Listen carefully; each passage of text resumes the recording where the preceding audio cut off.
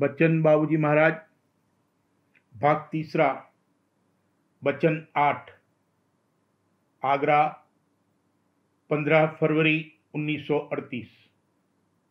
दुख तकलीफ की बर्दाश्त।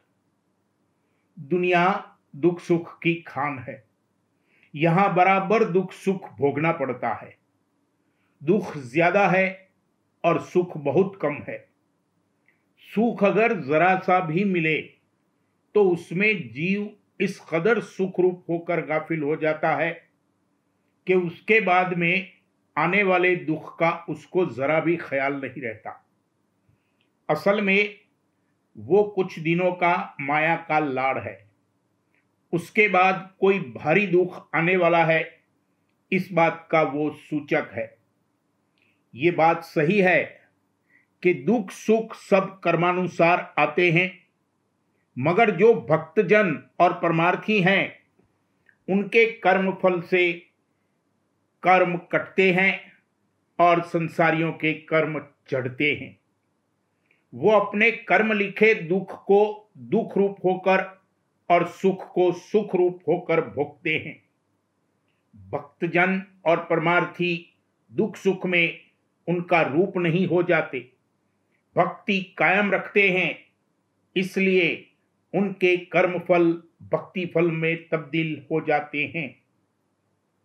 जैसे मन सर्व विकारों का मूल है, उसी प्रकार ये संसार दुख की खान है। जब तक यहां रहेगा तब तक तकलीफ जरूर आवेगी, उससे न छूट सकता है और न बच सकता है।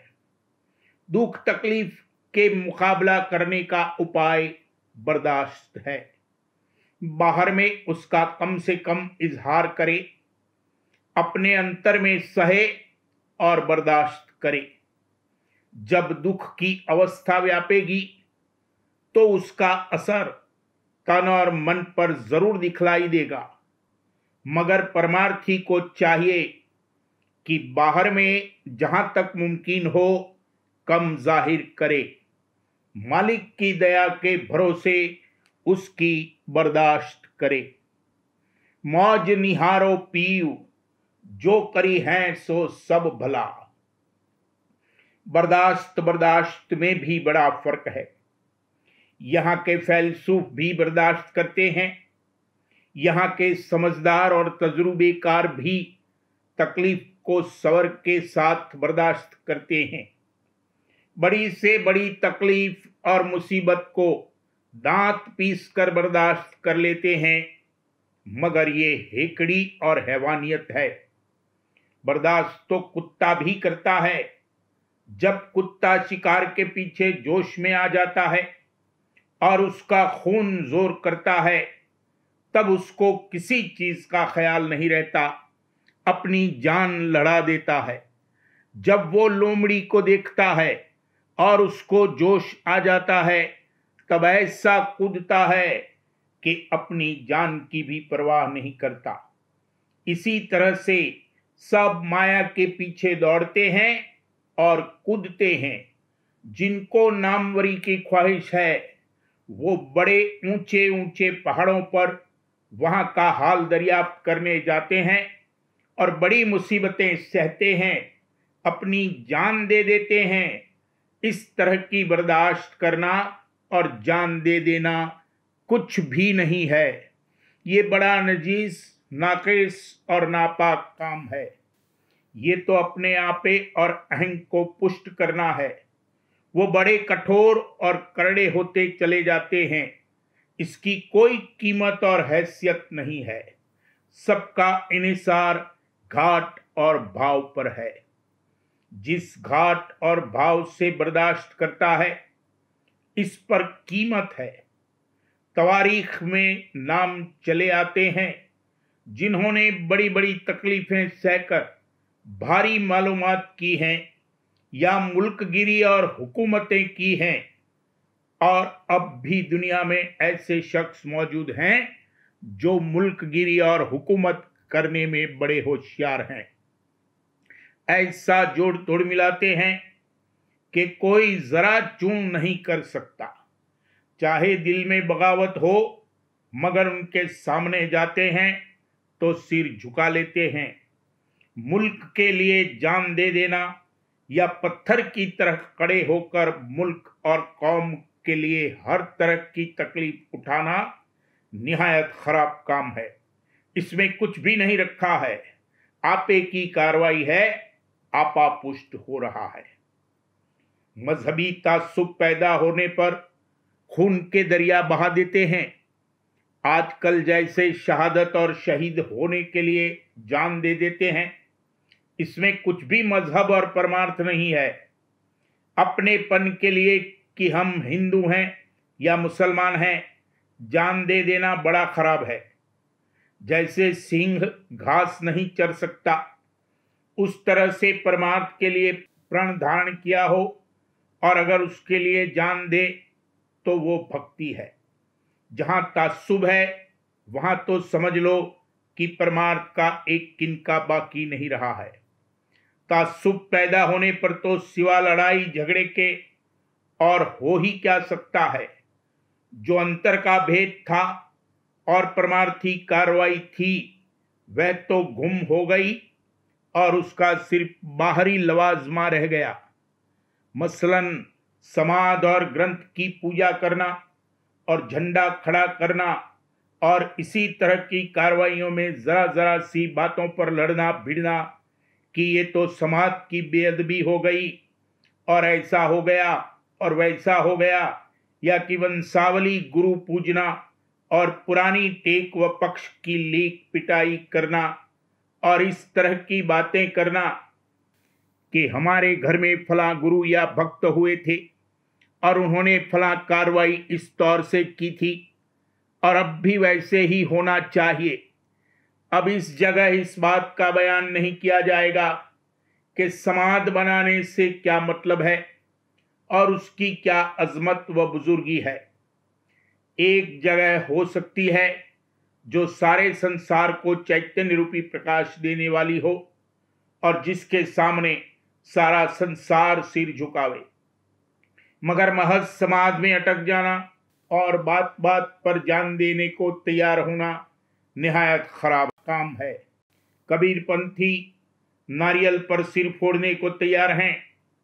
न तो वो नारियल है और न वो पान और सुपारी है जिससे कि असली मुराद थी।